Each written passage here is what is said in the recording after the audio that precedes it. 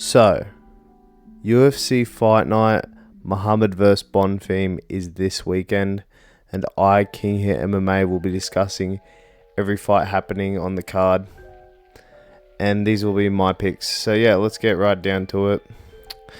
And for the first fight on the card, we have Caitlin Souza versus Ariana Canellosi. I'll start with Ariana Canellosi. She looked real unimpressive in the last fight. I'm pretty sure she's like 1-3 in her last. Well, she's 1-3 in the last 4 UFC fights. She's just looked terrible overall, and I don't know. And Caitlin Souza, like, she doesn't have any skill when you've like seen her fight. She got a real like nasty KO, but it was like she was getting pieced up that whole fight. But she did beat Bruno Brazil, and she's only lost to like elites like Piera Rodriguez and Angela Hill. While Ariana Canellosi won against Piera Rodriguez, but she should be on a 3-fight losing streak. I'm going to go Caitlin Souza. I think she's just a better fighter overall. And beating Bruno Brazil isn't anything crazy, but it's still like, I don't know. I'm choosing Caitlin Souza. Anyway, for the next fight, we have Gisela Chavez versus Yunesi Dubin.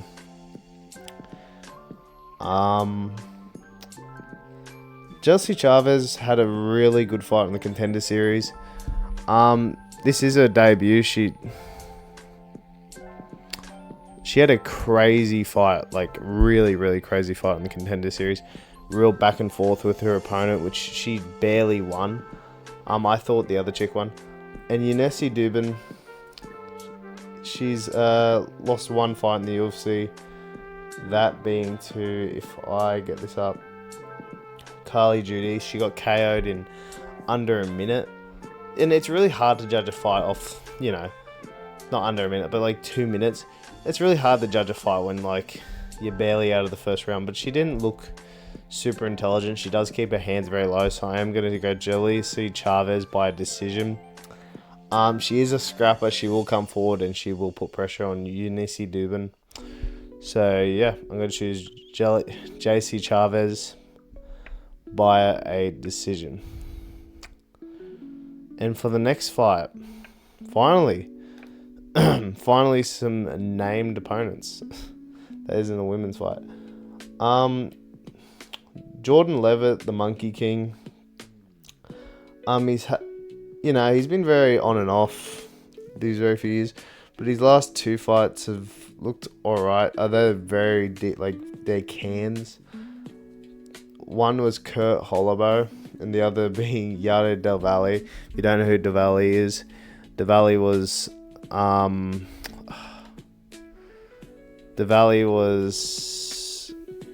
the one that was in that like betting scandal, and basically,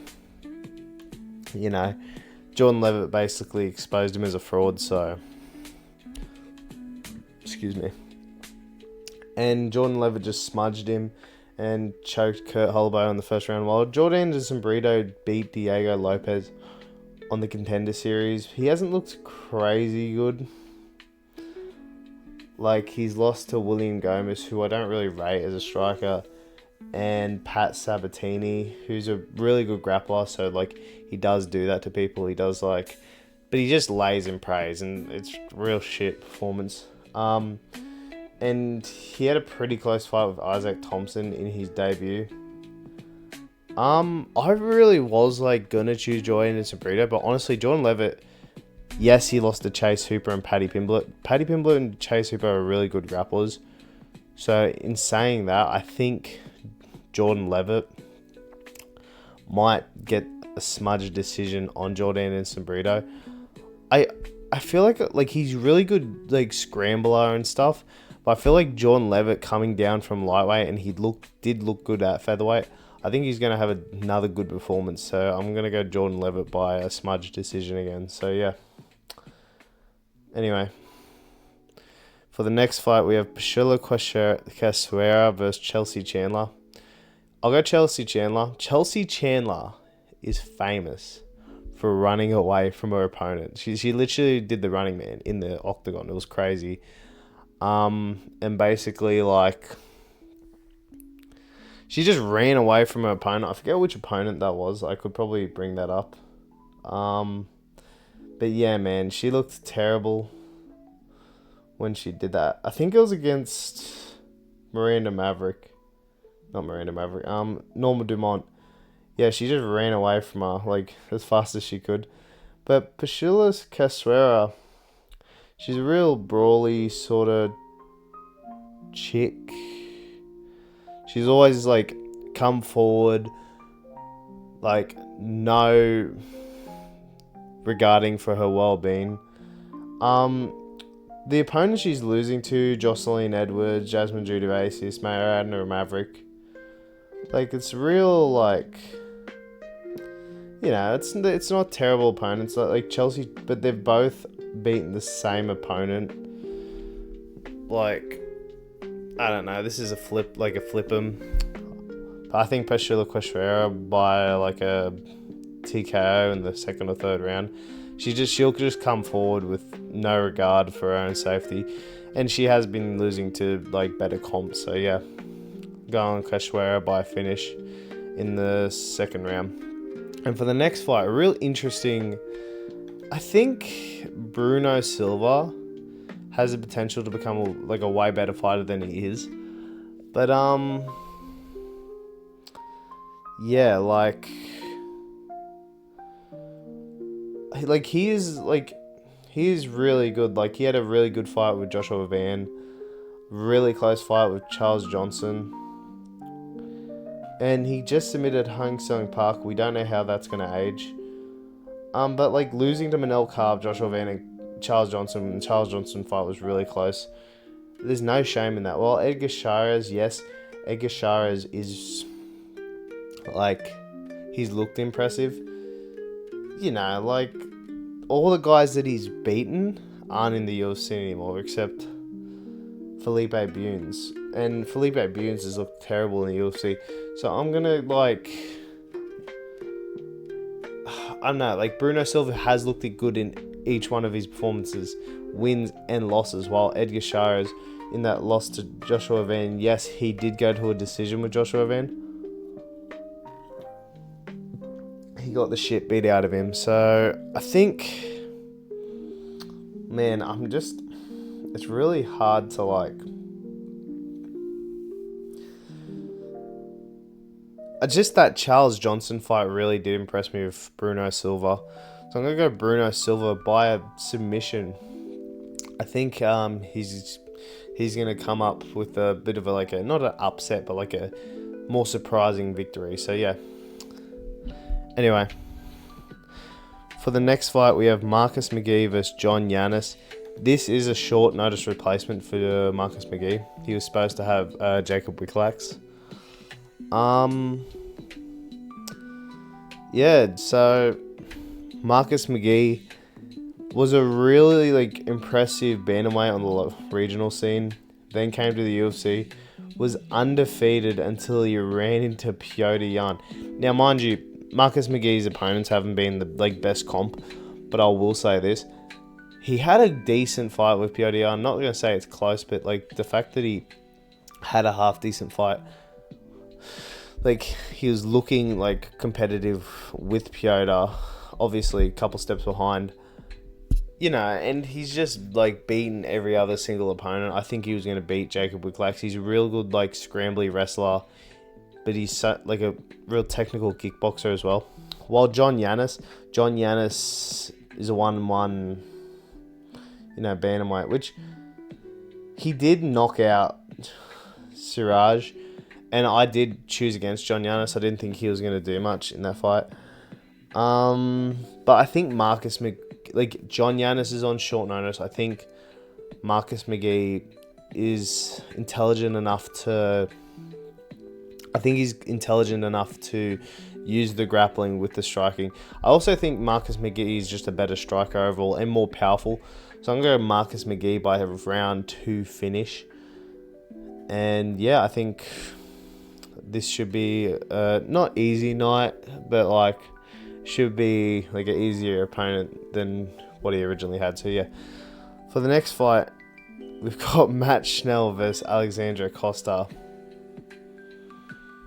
I don't know what to say. I don't know how Matt Schnell is still fighting in the UFC. That's insane to me. You know what I mean? Like, we have a guy that's gotten chinned 6 out of 7 times or something like that. It's ridiculous. Matt Schnell has nearly lost every single fight from 2022 onwards, and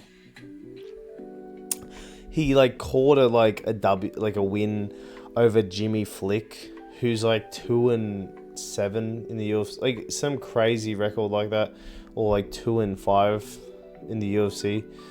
Like, Jimmy Flick was not an impressive. He was not impressive at all.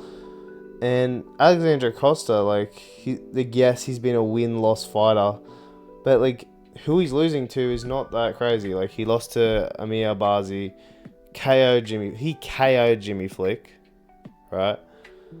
Lost to Steve Erceg, decent decision. Knocked out Kevin Borjas. Like, you know, lost to Coria, that was not looking good. But just knocked out Stuart Nickel recently.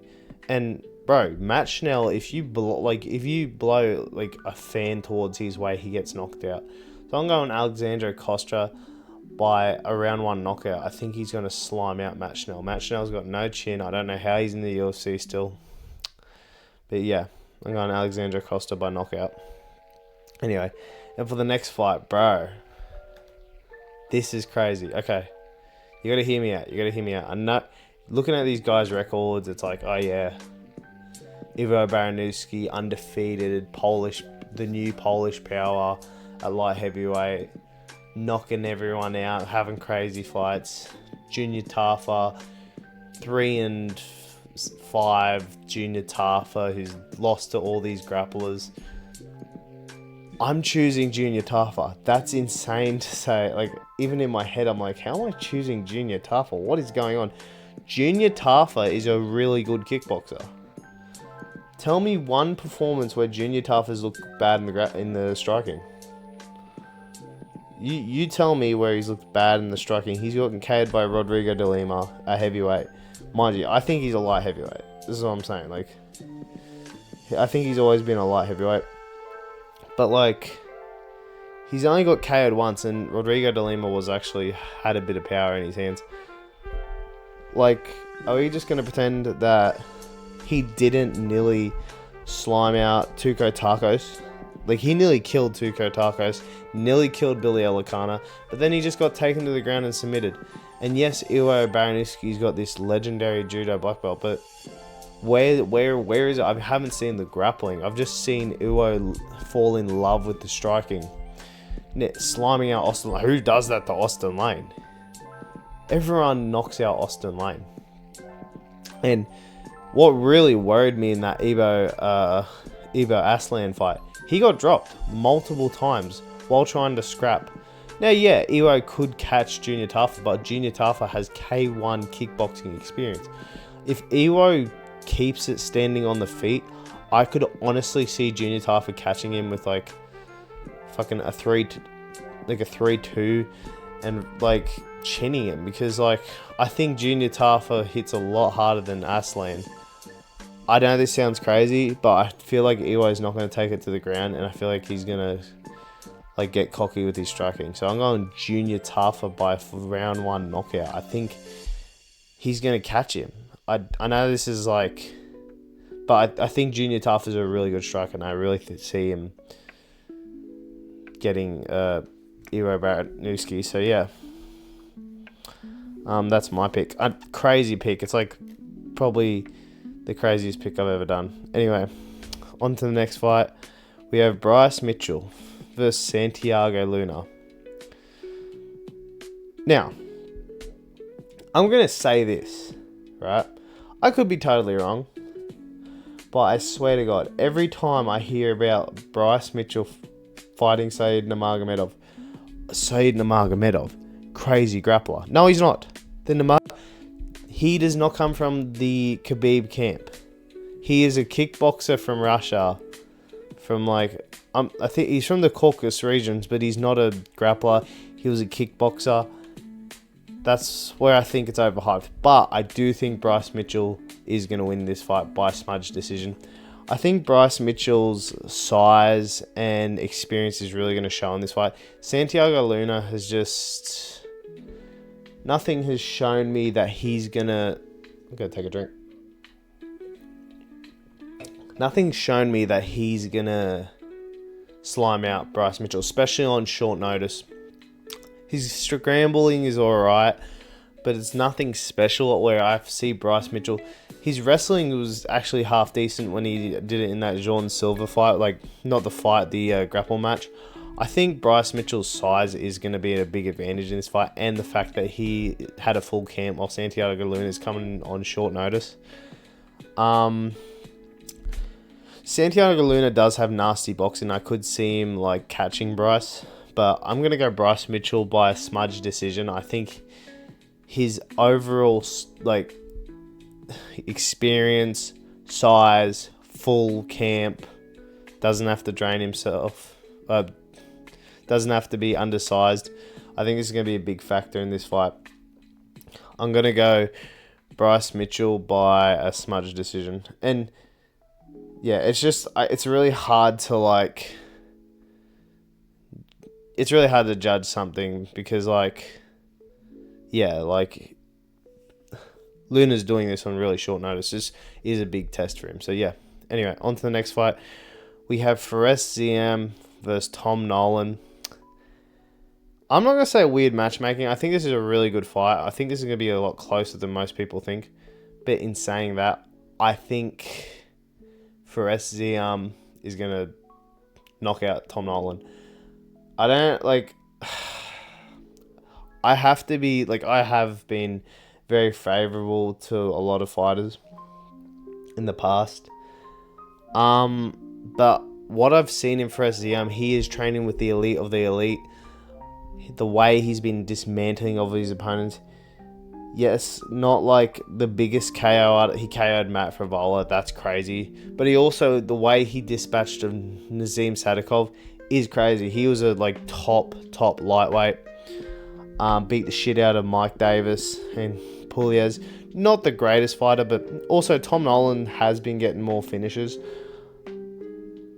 Like, you know, Tom Nolan has a very rangy sort of style, uses his kicks to come up onto the inside. Real interesting way of creating space. While Fares Ziam has a beautiful jab.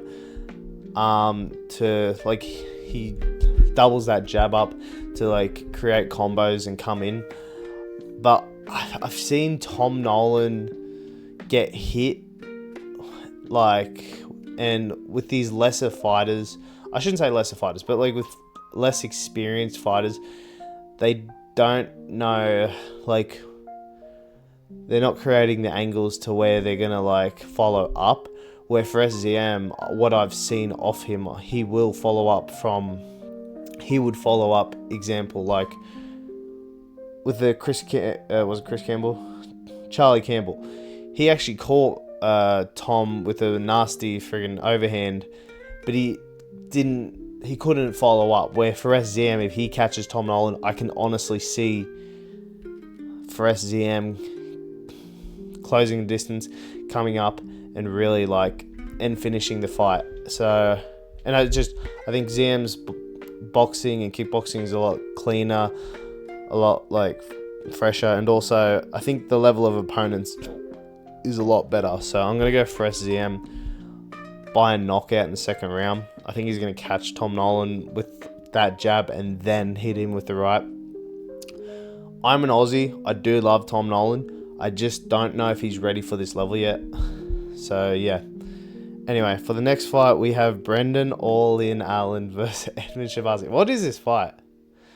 Genuinely, what is this fight? You know what's crazy? This is a fight where Brendan Allen could lose. It's just one of those random fights where it's like, oh, Brendan Allen's going to lose this fight. Like, could you not see Brendan Allen suddenly getting chinned by Edmund? It's crazy. So, anyway, Brendan Allen recently just took a short notice fight against Reina de Ritter. Beat Reina de Ritter, had close fights with Anthony Hernandez and Imavov. For some reason, fought Marvin Vettori, who was on a 2 or 3 fight losing streak, which is crazy. Before Reina Dorita, but like I said, he had really close fight with Anthony Hernandez and Nasruddin Imavov. Then had a close fight with Chris Curtis. He's not the greatest striker. That's what worries me about this fight in particular. But his grappling is second to none. He's very low IQ in the grappling, which is ironic because I think he's one of the best grapplers in this division. He's a real unorthodox grappler. And I think he could have outdone Nasruddin Imavov and honestly could have beaten Anthony Hernandez if his IQ was there. Edmund Shabazian, he's always kind of been at the fringe of top 25, like top 20, but he's never been able to like leap that hoop. Like he always seems to run into trouble. He has been on a 3-fight win streak, but absolute jobbers like Andre Muniz, Andre Petrosky, Danis Budka, and then lost to GM3 like just 2 years ago. So I think this is a crazy step up for Edmund. Don't be surprised if he somehow catches Brendan Allen in the first, because I can honestly see that happening. But I think Brendan Allen is smart. He's going to take the fight down. He's going to like punch a combo away into the... Once the grappling happens, Edmund's got no ground game. And I think he's going to get submitted by Brendan Allen either in the second or first round. So yeah, Brendan Allen by submission. I think Edmund's grappling is just so... just not there. And yeah. Anyway, I'm going Brendan Allen by submission. And finally, for the main event, Belal, remember the name, Muhammad versus Gabriel Bonfim. Belal Muhammad, Belal's was a former champ. You know, like on the come up, he was looking super impressive. Like beating Gilbert Burns, Sean Brady, Vicente Luque, Stephen Thompson, like smudging them, but also like outboxing them really, and it was real impressive. Then dunked Leon on his head, thank God. Thank God we got him out. But losing to JDM, who's a really crisp boxer. But it was a 3-2 fight. And then losing to Ian Machado Gary in a 29-28 decision. Belal makes it close in a lot of these fights. He's always a step behind. I've seen the argument for Gabriel Bonfim somehow like he's so much better than Belal. I know he's a real great grappler, apparently real good, like with decent striking. But I'm gonna be honest, he should have lost that Stephen Thompson fight. Randy Brown's a little chinny sometimes, low IQ, and I think this is a really big step up for Gabriel Bonfim. I like Gabriel Bonfim. I like what he's done in the division. His brother hasn't done fuck all compared to him, but yeah, man, I think he's looked real good in these performances, but this is a step up in competition where Belal Muhammad is one of the best fight IQ fighters in the UFC. He'll use that boxing to like go for the takedowns, where I feel like Gabriel Bonfim does sometimes jump for like a guillotine, where Belal won't. Like he will play it safe. He'll do damage where he needs to do damage, and this is where I see Belal Muhammad coming back into prime form and getting a decision win. I'm going to say it's a closer fight than most people are making it. Let's say 49-48 decision for Belal. Because I think Gabriel Bonfim is going to be a good welterweight. But listen, this is a good card, man. Too bad it's my Bucks this weekend. But yeah, listen, if you like the video, please like and subscribe. These are my picks for Muhammad vs Bonfim, and I'll see you all later. Thanks. Bye.